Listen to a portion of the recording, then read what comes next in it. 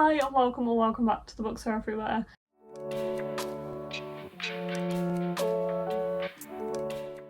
Today I am here with a possibly slightly late, but when are we not, mid-year book freakout tag. This is a tag that has been going on for many years on BookTube. I do believe that the original video doesn't exist anymore, but Becca and the Books does this every year on her channel, so I'm kind of taking inspiration from Becca because it's also her BookTube anniversary. I think it's 9 years this year, which is insane. She is a legend, like a veteran of the BookTube community. So I have taken my questions from her latest video, so if they are not the original questions, then I think they've maybe been slightly edited, and I've edited them a little bit as well. But yeah, I'm not sure who does the original video. If I can find it, I'll tag it below. But I know that Becca does it every year and a lot of people do it every year, so it's kind of just become a staple of the community. It's a tag where we answer some questions and basically check in on our reading halfway through the year. I am aware that we are over halfway through the year now, which is terrifying. But yeah, we basically answer some questions on our reading so far this year. I think there's 15 questions to go through, and I always find this really interesting and fun to look back on my reading so far. So without further ado, let's get started and discuss some of the books I've read in the first part of 2025. So the first question is a simple but very difficult question, and that is the best book you've read so far this year. And I did say this on my June wrap up and I stand by it. I think A Psalm for the Wild Bull and Prayer for the Crown Child, but I'm going to say the first book because that's what really hooked me, obviously. But A Psalm for the Wild Bull is my favourite book of 2025 so far. It's just such a cosy, lovely, post-utopian fiction book. It's following some beautiful characters. There's a friendship between a tea monk and a robot. I just absolutely loved both of these books so much. They are only like 150 pages each. They're both short novellas, so both of them in one are only 300 pages, and there is a bind-up edition I think that's about to come out of both of them in one. I could just pick them up at any time and reread them. Like, I could happily pick them up and reread them right now, and because they're so short, like, it feels like I could do that. So I definitely see these books as being staples just in my life in the future, and that I will want to reread them, and I feel like that is such an important feeling that you just don't get very often. And that's why they are. And A Psalm for the Wild Bull is my favourite book of the year so far. I gave them both 5 stars. As I said, the first book obviously really gripped me and hooked me into the story, so that's why I'm putting the first book as my favourite book and not the second book. They're very much a continuation. The next question is the best sequel you've read so far this year, and I looked through my list. I've not honestly continued with that many series, so I didn't have that much to pick from. I did end up going with the Strawberry Patch Pancake House by Laurie Gilmore, and I think this one stood out to me because this series was kind of letting me down. Like, I've read all 4 books in this series, which is the Pumpkin Spice Cafe is the first one. But I've read all of these, and then is there 5? Or is the Gingerbread Bakery not out yet? I think this is 4, and then the Gingerbread Bakery is not out yet. But the last one I read, which was The Christmas Tree Farm, I was a little disappointed by. I just feel like it fell flat in comparison to the first 2 books of the series, and it got a bit spicier and it wasn't really what I wanted. Whereas this one, I really liked the relationship in here. And there was like a single dad trope that I didn't expect to enjoy, but I really liked that we could see our main character, what is her name? Iris. And the fact that she was like becoming friends and closer with the little girl, and that was just a really sweet part of this story, and it definitely got me like back into this series. So for that reason, even if it's like not one of my favourite books of the year, this is the best sequel I've read so far this year. The next question is a new release you haven't read yet but you want to, and I am going to put First Time Caller by BK Borison in here. Honestly, when I added this to the list, I completely forgot that this was by BK Borison, and BK Borison will be mentioned more times in this video, just as a bit of a spoiler. But yeah, I completely forgot that that's the same author as this book. I was including this because I saw it so hyped, especially at the start of the year. I think it came out at the start of the year. It was an Afterlight book in February 2025, and that's when I got this beautiful edition from Illumicrate Afterlight. Everyone was raving about this. My friend Sophie absolutely loved it, and I remember her posting about it on Instagram. So it's been at the back of my head that I really want to read this one soon. And it is BK Borison, which I did not click, but this is a romance book. It's following a character who works on, like, she has like a hotline for romance problems, like dating advice and stuff. And I think kind of through that she ends up being thrown together with a guy over like a sponsorship thing, maybe.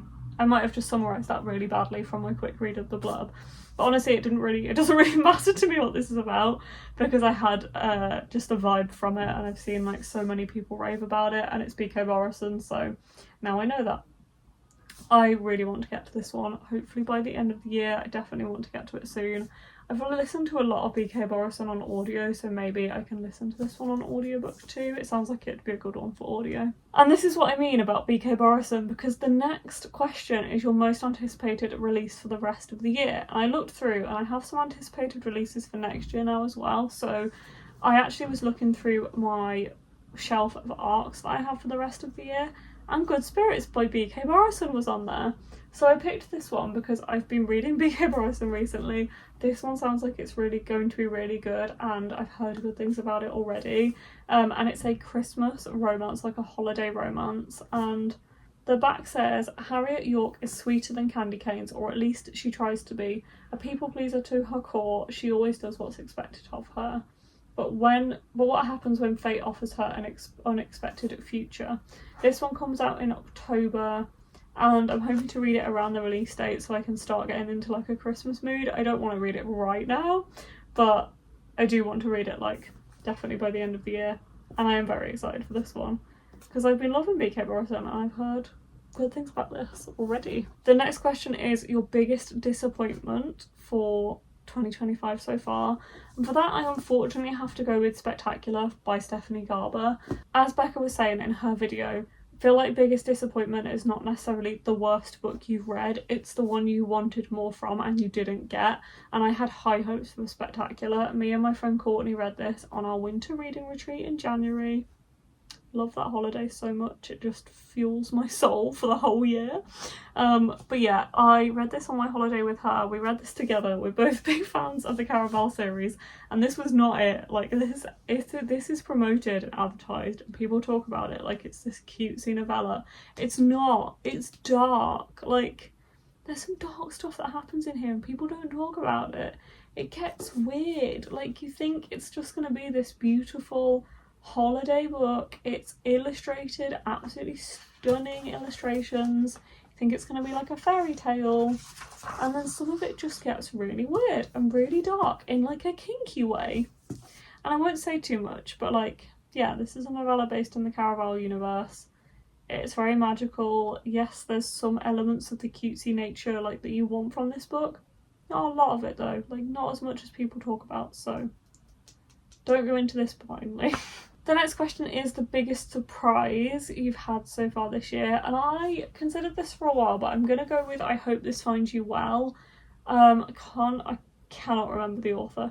Natalie Sue, is that right? Well, I cannot remember. I don't know where that came from in my brain, but I got that right. Anyway, this is a book following a main character who is working in an office. She kind of hates her job, she kind of hates her colleagues, and she's leaving like quips in her emails about her colleagues, like to her colleagues, but in like white text. She gets caught out and like pulled into HR as you'd expect, and they end up like installing something on her computer, but when they do it, she starts to see like everything else on everyone's computers, so all of their emails and like conversations and messages and stuff. And it's really interesting. It was funny, it was very sarcastic. If you've ever worked in admin or worked in an office, like you will really relate to this. Everyone I work with, I was recommending this to when I read it, and I really liked it. I gave it 4.5 stars, and I guess I just didn't expect to love it quite as much as I did and relate to it quite as much as I did. That's why I put it as my biggest surprise. Again, it's not the best book I've read so far this year, but it's one that I had like lower hopes for, or didn't necessarily have like the highest hopes, and it surprised me, and it came out better than I thought, and I really enjoyed it, so that's why I put this one as my biggest surprise of the year so far. The next question is a new favourite author or new author to you. So a new author, like they've only published a debut, or a new author just that you've never read anything by them before. I've put a couple of authors here because I really don't want to double up on questions, but I couldn't think, double up on answers, but I couldn't think of an author that I've not mentioned in another question, or I'm not going to mention in another question. So Becky Chambers is obviously up there for A Psalm for the Wild Built. BK Borison I have put on there, but I think I actually read Love Like Farms a different, like last year, so that probably doesn't count. The other one I put up there is Kaliane Bradley for The Ministry of Time, and that does bring me into the next question because The Ministry of Time is the answer to my next question. But those are all authors that I've read from and really enjoyed, although I think we can discount BK Borison because I'm sure I read Love Like Farms like last year. But the next question is, well, it's meant to be like new book boyfriend, but I don't really get that, so I've put new book relationship, like the best relationship you've read. So I've put this book down, and I could have interchanged this with the answer to the next question. I wasn't sure which way to put this round, but I really liked the rapport that these two characters had. This is such a unique book. It's following, like, it's set in a world where we have time travel, like it's a real version of the UK, but we have time travel, and our main character is a civil servant who has to look after people who are coming into the present day from the past, and there are like there's like an experiment with like 5 or 6 people who come from different time periods, and she has to live with Commander Graham Gore, who has come from 1847, and she has to like try and introduce him to the modern world basically. And it does have a very unique plot which I loved, but also the way these characters interact with each other, and they just have like such sarcasm. Both of their senses of humour are great, and I loved Graham and I loved his humour, but I loved the main character as well. I can't remember the name of, and it's not on the blurb, but I really loved their relationship. So Graham Gore / this relationship is the answer to that question. And then the next question is your new favourite character, and I was trying to think about this one as well, and this is what I mean in terms of like I could interchange the answers to these questions, because I'm going to be putting Red and Blue from This Is How You Lose the Time War as the answer to this question, but it could also be like, it could be an answer for a relationship because of the nature of this book. This book is very difficult to explain, but it's about 2 rival agents who are kind of at war, like their communities are at war, but they end up writing to each other, and they kind of have a bond between them from these letters, and their letters get more and more kind of emotional and personal as the book goes on. And I love their relationship, and just the way they interact through these letters and learn about each other is just so heartwarming and heartfelt.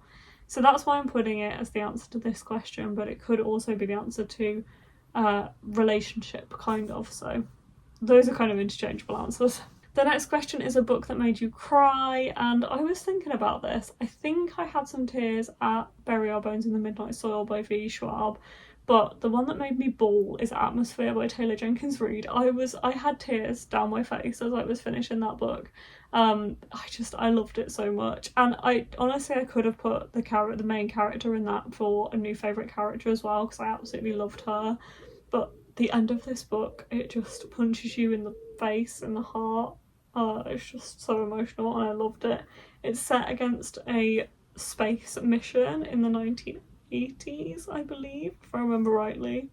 But it's also about like women in STEM, women in space. It's about 2 characters who are having an LGBT relationship in that environment, and it's about family and friendship, and it's just about everything. Like my review, I was really proud of my review, and I put something about the fact that this book was about space, but it's about Earth. Like it's about everything that happens on Earth, and it's about relationships, and it's so grounded, but it's about space. Like I can't describe it. It's just, I worded it better in my review, but I love that book, and yes, it made me cry at the end. I had tears.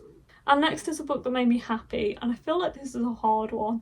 Usually I have a kind of direct, like a straightforward answer to this. It's usually a graphic novel that I really enjoyed and found really cute.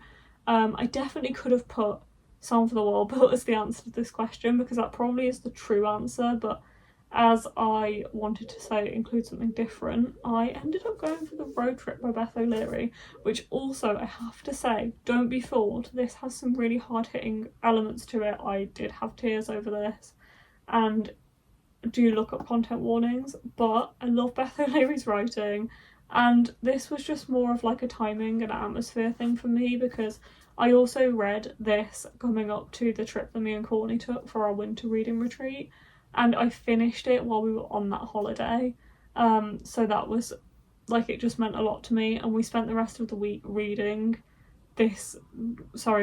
the adaptation, and I guess that's just something that I really enjoyed doing throughout that holiday and I hold like close to my heart, and that's why I'm gonna say this one, and the fact it made me happy, because I loved watching that and like reading this and watching that show and having those conversations with Courtney made me happy.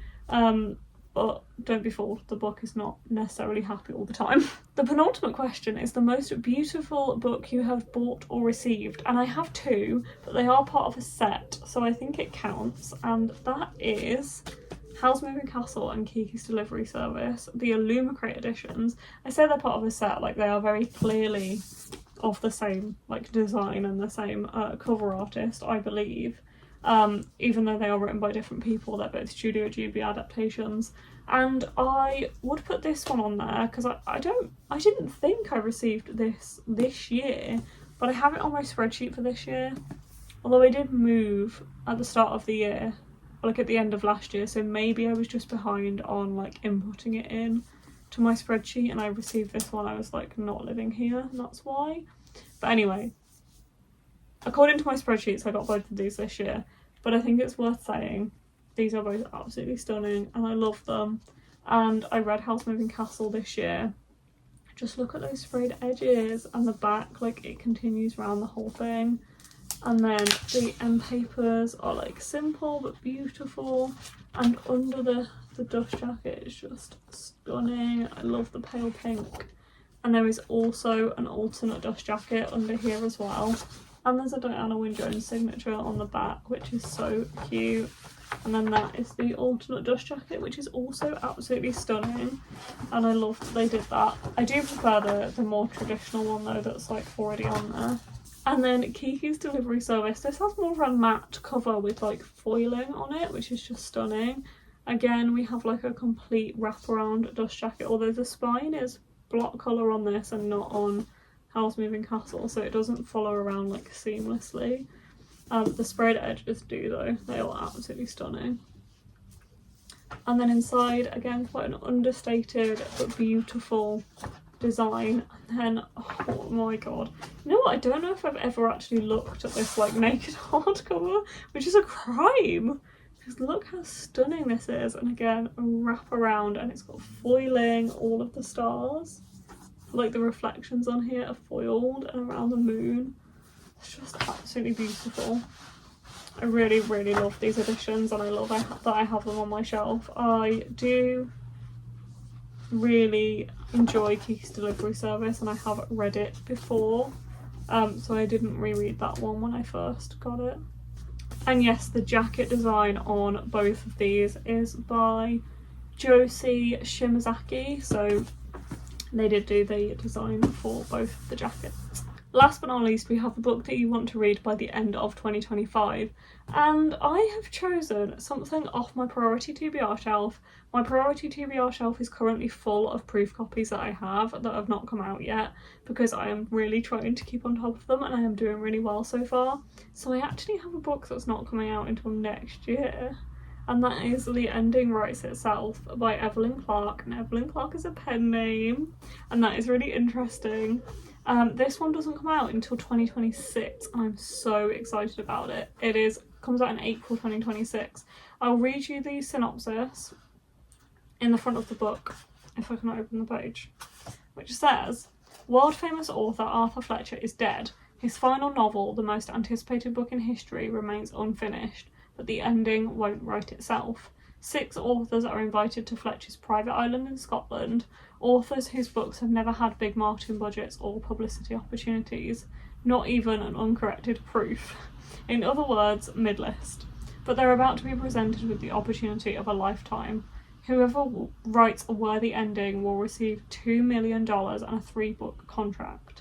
They have just 72 hours with no access to the outside world, just a typewriter and a blank page. All they have to do is write. Starting is often the hardest part, but getting to the end could be murder. And this is written by multiple real-life authors. As I said, Evelyn Clarke is a pen name for multiple authors, and we don't know who they are yet, so that is very exciting. And I feel like this is just going to be such a big release for 2026, and I cannot wait to get to it, but unfortunately because it comes out so far in the future, I have other books to read first that have to take priority. But watch this space for the ending writes itself. I'm very excited. Okay, that is the answers to all of my questions for the mid-year Freakout tag. Thank you so much for joining me for this video. It's been really fun to film and talk about some of the books I've read so far this year and that I want to read in the second half of the year as well. I hope you've enjoyed the video and I will see you in the next one. Bye!